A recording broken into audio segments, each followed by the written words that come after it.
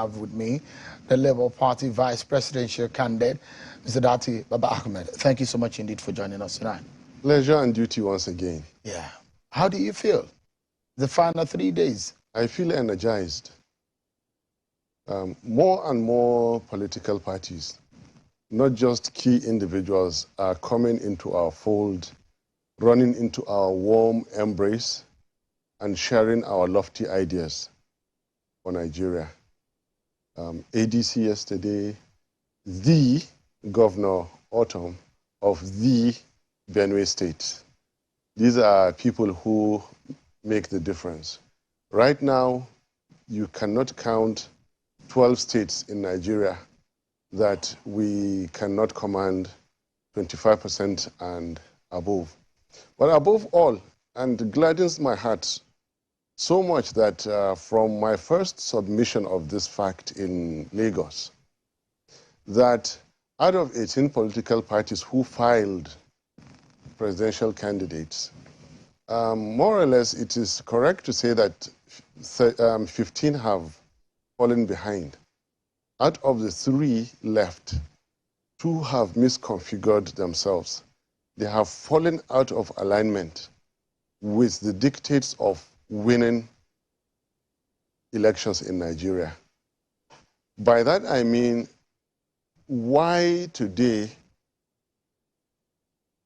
Tinubu is not the vice president of Nigeria is the same reason he cannot be president.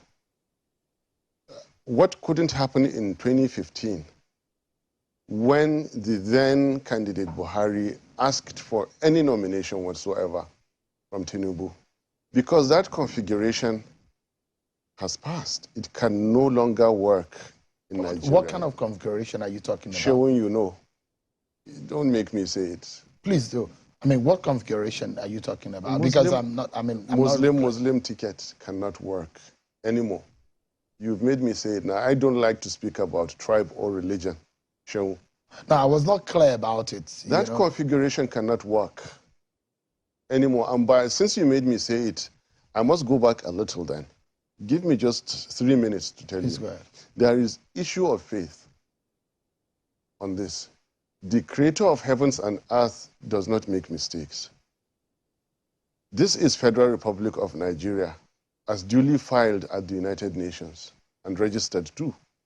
It's not the Kingdom of Saudi Arabia, for example, or the Vatican, or Iran, or Libya, or Mauritania. It's Federal Republic, and God didn't make mistake by putting all of us, 250. You find other countries nearly 100%. One faith, one language, one group. Not the same in Nigeria. 250 at least, and 2 big competing religions. And we say that it's not a mistake from our Creator. Then his verses followed that we must do justice to each other. Then our political history followed afterwards. 79, Obasanjo Shagari, Babangida to Shoneko, Abdul Salam to Obasanjo, Obasanjo to late Malam Umaru, to Jonathan, back to Buhari. This is the 4th DNA of Nigeria. That DNA regulates our body temperature. Without it, our body overheats and we die from that fever. So these 2 political parties have misaligned with the issue of faith and political history of Nigeria. They are simply on the ballot paper. They are not in the ballot box. They are wasting our time. Well, it's good they have the money to spend if they get the new Naira notes. They have kept that money for this rainy day. They have the money to spend, so spend it, but that's all they're doing. There's only one political party that is in place, rightly configured, rightly staffed, rightly equipped, rightly, how can I say, energized and motivated for winning 2023 presidential elections. We didn't engage in violence. We suffered it. We didn't engage in abuses. We suffered it.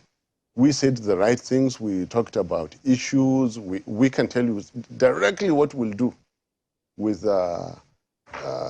subsidy scam. We can tell you what we'll do with exchange scam. And another thing you will see is that when we win, inshallah, we're not coming after Tinubu and Atiku. We're going after the terrorists and the bandits. We're not going after any politician. We're going after the corrupt officials. And there's a systematic way we'll do it. We'll stop the corruption, make sure that it's not happening in our own, before you go after anybody. Not the other way around like they did this time around and failed in 2015. And you're not worried about corruption fighting back when that time comes? I'm not worried because we'll defeat it. When you fail against corruption, it's because you're corrupt. I'm very, very confident about it. There are two reasons. If you collected too much money and you feel indebted to the extent that the appointments, you have to look the other way and appoint all sorts of characters, again, like it happened, I don't have to tell you there. And if you yourself are corrupt and in need of, Peter Obi doesn't need anything else in this world. I'm too modest to say the same, but I can say about him. He belongs to the club that, what else is he going to get in this world anymore? You mean he's wealthy enough that he doesn't really... He is thankful enough. There is nothing you will point to in this world that he hasn't already had it when he was much younger. And he doesn't need any more. What he needs now is, like I always say, stop the killings in Nigeria. That's what I need to. So is it because people have enough, that's the reason why they don't steal anymore? Not everybody. Some people, the more they have, the more they steal. So that's the reason why I asked the question. Yeah. Is there a reason why you think Peter Obi, if he wins the election, will not engage in any kind of... No, that is one of the reasons. Why you think that he will not? Because he is content, he is satisfied, he has no need for anything. The second reason is that, of course, his records stand for him. As a governor who served for 8 years, did not borrow a penny, left behind 75 billion naira, and has up till today not collected a penny. So add the fact that he's very content, add his records to it. We will fight corruptions, and any corruption that tries to fight us will be sorry. Because we'll defeat it. I mean, so remember, there are people who are working. I'm the architect of today's due process. What you have as due process, I started it. So anything procurement, I am deeply, deeply in it.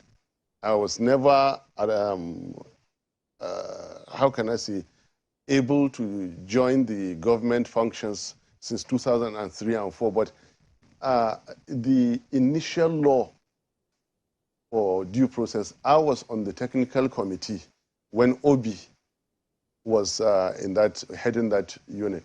We will fight corruption, and any corruption that tries to fight back will defeat because of our history, what about our record, civil service problems? Yes, we will also defeat it. Are you looking in the direction of the Steve Oronsaye report?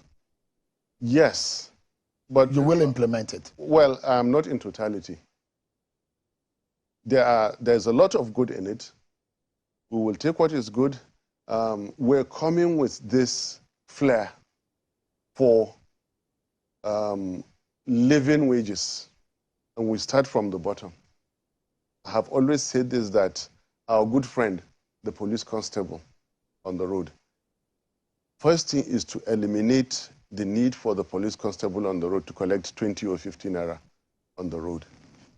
We would actually target how much does a decent 9-to-5 working Nigeria need to make a decent living. And then we will walk that way to make sure, even if we don't start from the first month, at least everybody can see logically that in the first 4 years, we are bringing everybody. So your entire family needs are coming from a legitimate source. There is no room for you to calculate corruption in your family budget. That is what we're trying to eliminate. So and in that case, we have all justification. Civil service, military. And then, of course, because we're business people, we'll know how the business, the private sector, will also pay living wages to their employees without inflation. Mr. Datti, do you know what some of your critics are saying about your sort of ideas about how you hope to change this and how you hope to change that. For those who have stayed in government for a long time, they think that there is a bit of naivety in some of your ideas, that the civil service and government does not work exactly the way you are portraying it. And what your opposition have said is you will come into office should you win this election and discover that's you are saying something opposite, directly opposite what is possible. We are very sure. And let me tell you, at the dawn of every great revolution, of every great idea, is an idea or is an action which the people ordinarily would think is a crazy one. I repeat, at the dawn of every breakthrough is a lurking, crazy idea. Peter Obi studied philosophy. I studied economics to the philosophy level. I was behind, I just told you now, what we call due process. Every invention, be it in technology, be it in science, be it in business, at the very beginning of it is something that people will tell you immediately this will never work. When I brought due process in 1999, people told me straight away, forget it, this is Nigeria, it will never work. Government ended up bringing it, the name was contract certification. It ended up coming out as due process. When I get into government, we'll correct it to what it was supposed to be. Now, naivety is never a bad thing, let me tell you. Because we are broad-minded. You take a naive, crazy idea, you sieve it, okay? What is important is that within that naivety, is there at the end of that tunnel the light they are looking for? Then refine your direction, head for your objective, put all your energies until you achieve it. Every major breakthrough in this world started as an unfounded idea, as a fresh idea. So we are used to it. There's something we call inertia. Ordinarily, the lazy human being wants to live today like he lived yesterday. And then the progressive mind is thinking tomorrow must be different from today. So these are two opposite ends of the spectrum. Let me finish. These are two opposite ends of the spectrum. The forward-thinking person must win. Because if he is defeated by the one who wants to live like yesterday, there will be no progress in society. Now, our critics are more than welcome to say these kind of things because they only make us to introspect. We take criticisms in good faith. You tell Peter Obi he's an Hollywood star. He tells you, oh, I have to work with those guys. This is how we behave. And this is how we'll bring about the changes. So therefore, naivety, as far as we're concerned, is a plus on our side. And what they think is naive, as far as we're concerned, is food for thought for us on how to rescue and move Nigeria forward. It is welcome. We want more and more of those criticisms, so long as they are not the kind of insults we'll be receiving. We will take them, okay, transform them into ideas, take what is good and work with it, and what is bad and leave it. I mean, the pains of Nigerians are real.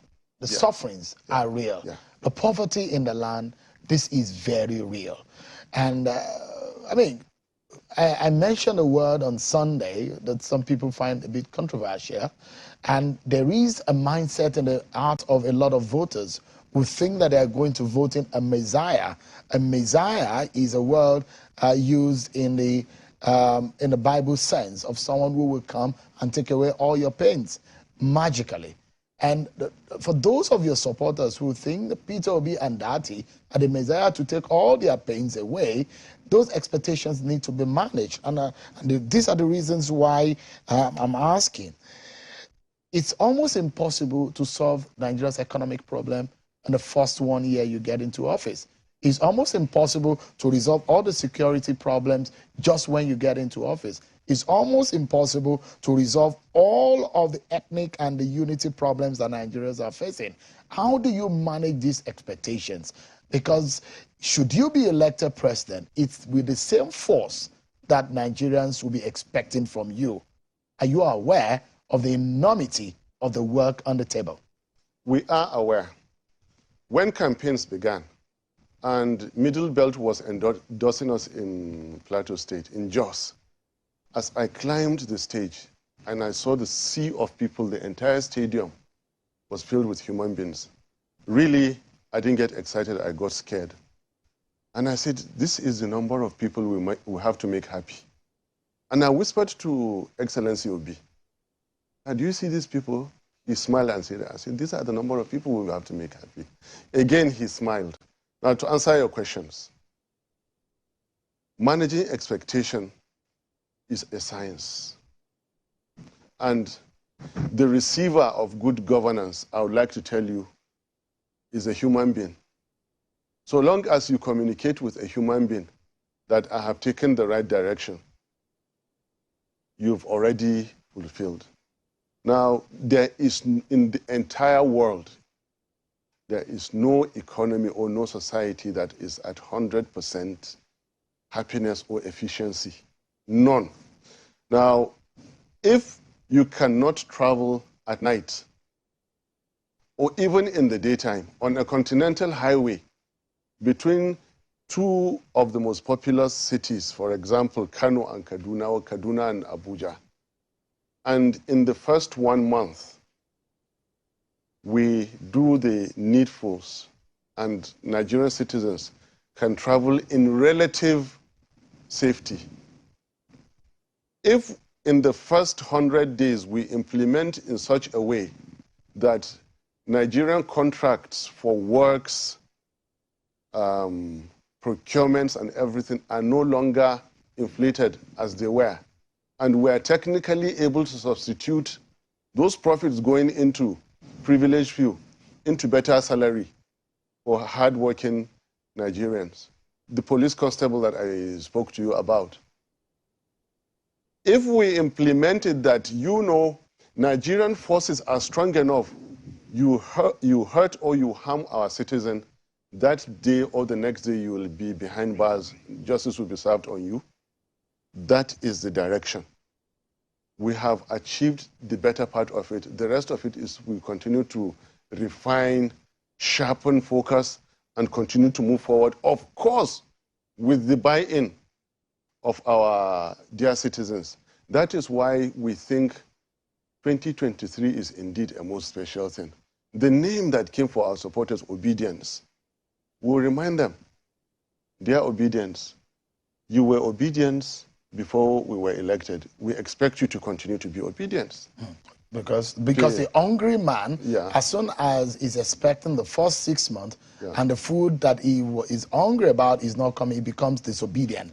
And that is the reason why I'm asking whether or not that realization of the enormity of the work that is on the table is there. Because you said you want to fix the economy. The money is not just there. We have a revenue problem. The money is there, Seun. Can I tell you? End the subsidy scam. Money is starting to be there. End the FX scam. Money is starting to be there. Let me finish. Just hold on. Let's take it one after the other. Enumerating just them hold to on, you. Mr. Datti. Okay. Let's take the subsidy, for example. Yeah. You end the subsidy. What it then means that there is a possibility of the hike in the price of the commodity of petrol, for example. That naturally will. That's one thing. Only one, and that's a very popular commodity. Look, you are speaking with economic technicians. How many households have those cars, gas guzzling cars? And then we are working for mass transit, clean energy, even though not in the first 2 years, some form of clean energy to start coming afterwards. Let me finish enumerating to you. For every fears that Nigerians have, at the moment we have our answers. Not just do we have answers, we are the people who speak what we know we will do. We are the people who have done what we have said in the past. We are the ones who have done it. Realizing the enormity, yes. And that is why the office of the President Commander-in-Chief, Federal Republic of Nigeria, has so much enormous powers. That is why. I'm telling you where the money is. reshaping the budget, removing those the overinflation element in government procurements and works. That is money. Meeting our OPEC quota, that is money show. Then come and add what Peter Obi has been saying. Nigeria will make a lot more money from agric than we'll be making from oil. Not in the first year, but we'll begin to see the action from about 18 months afterwards. And before the end of 4 years, you will see huge farmlands, and those 20 million children out of school are partly in the farmlands and partly getting their education there on the farmlands. Because we know how to mix and achieve multiple results. Would you say action. Nigerians should fire you should you not meet their expectation after 4 years? Absolutely. Please record this show. Record this, all Nigerians that are listening to this. I am not a time waster. Peter Obi is not a time waster. He served 8 years in Anambra State, has left behind the kind of record that governors are not even contemplating to emulate. I have served as a federal legislator in Reps and in Senate, and I have done such special legislations that no one has attempted to do. So yes, we're aware of the enormity. We are committed to doing it, and we'll continue to ask our citizens buy-in into our lofty objectives. And for God's sake, if you are not satisfied after 4 years, do what you feel like. Like firing you. Fire us. Who are we? All right. Let me... Listen, Sean, we have said it. Now, we are not contesting in our own rights as Obi and Baba Ahmed. Nigerians are contesting through us. How many of the agents do you have? Do you have agents across all the polling units in the country today? We do. But please, allow me just to leave it there. This is best answered by our national chairman. But you are having some problems. We do. There's nothing in politics that works without problems, especially if that politics is a Nigerian one. This is strictly for our national chairman, and he's handling it very, very well. Let me not interfere. Are you having funding problems? No. Because, like you said, expectations. Even before we manage the expectations in government, we managed the expectations of the people who are moving along with us. We are very lean in our operations, very effective. We make sure that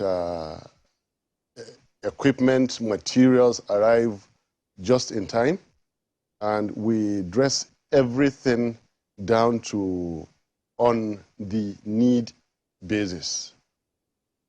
It doesn't have to cost an arm and a leg. It doesn't have to cost a country next 3.5 years' income because you're running an election. Our budget has been the most reasonable I could see. Where would you say most of your monies have come from? From personal resources, from supporters, from groups that believe in our cause. And boy, are they many. So you have support from also well-meaning Nigerians. And I'd like to also know, when you're talking about fighting corruption, should you discover that some of the people who have supported you heavily need some favor, or are people whose hands have been dirty, have stolen public funds, will you look the other way? It will be very difficult for us to find those people because we have been screening them right from now. We are not greenhorns in Nigerian politics. There are many people whom we have not agreed to meet face to face.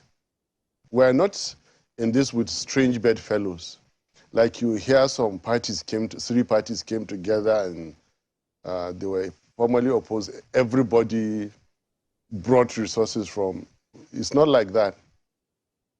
We don't right now have somebody you call a heavy supporter.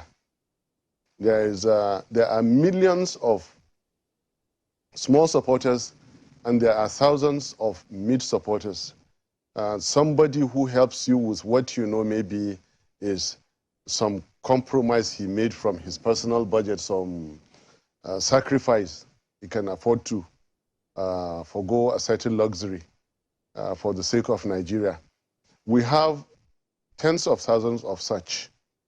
So I don't see what you are saying happening in the case of Labour Party. Labour Party, like I have said, is that Nigerian party that is for the typical 9-to-5 employee, is for the typical hard earner of legitimate income, businessman, trader, farmer. Labour Party is for the artisan. Labour Party is for the tradesmen and for also big, respectable, well-known, established business people. These are us. Labour Party is not for gatekeepers, it's not for influence peddlers, it's not for money launderers. However, if such people were to approach us as a form of repentance, that God will forgive them and they will not do, we'll be quick to remind them, A, that we only accept clean funds in tune with the provisions of the Electoral Act. Let's wrap up now. And when they come back to ask for those favors, we will remind them that they have repented. And by the way, this is how we do business in Nigeria now. There is no more pure subsidy scam. Because you are related to Mr. President doesn't mean you go and get FX at the CBN or some loan that they know you will never repay. You were about to ask me if we think we will win this election. Do you think so? With all modesty and sense of the fact that power comes from Almighty God, I know so. I know so because out of the three, two are out of the race. They are on the ballot paper. They are not in the ballot box. There's only one political party left that is in tune with Nigerian political history and Nigerian politics, in fact, and that is Labour Party. You have, well, Peter Obi said, do not vote him because he's Christian or because he's from the Southeast. He said that. And I believe him. I said about the same when I was contesting right because, from let me tell you, the people, Mr. Datti, the people that you even say you are going to beat, you're talking about Atiku and Tinubu, right? And the APC and the PDP. Yes. Yeah, you think you will beat them. They even say that you cannot even win your polling unit. Look, not to talk of your ward or Kaduna State. I like that. Seun, right now is on social media that one day my house was surrounded by DSS. There is nothing that people do not say, Seun. This is what you have to understand. You have confidence that Kaduna is in the bag for you? Kaduna is an APC state, but it falls under our category A, which is a simple win. Kaduna is category A in the whole of Northwest. Which of the states in Nigeria do you think might be difficult for you to win? Well, Yobe and Farah, of course. Those are two good friends. They are difficult to win. Lagos, Kano? By the grace of God, we have won Lagos, irrespective of Tinubu there. I mean, are they going to come out and, do you understand, spread the people who are voting? I was answering your question about winning this election. Seun, it is logical. Many things that have never happened in Nigeria before are happening now with Labour Party. We're the only three party chairman, candidate, vice, born after independence. I'm losing modesty here. He's a correct degree earner, which others cannot show you. I know Kwankwaso says he has a PhD. I don't boast about my PhD or 2 master's degrees. I don't talk about those kind of things. We have to go now. Listen, yeah, we're out of time now. Okay, just to answer your question. Yeah. 2023 presidential elections, by the special grace of Almighty Allah who gives power, is as good as won by Labour Party because of the mistakes others have made. All right. we have to leave it at that. Thank you so much, yes. Senator Datti Baba Ahmed. I guess we'll be able to talk to you just after the election. Thank you so much, and I wish you the very best.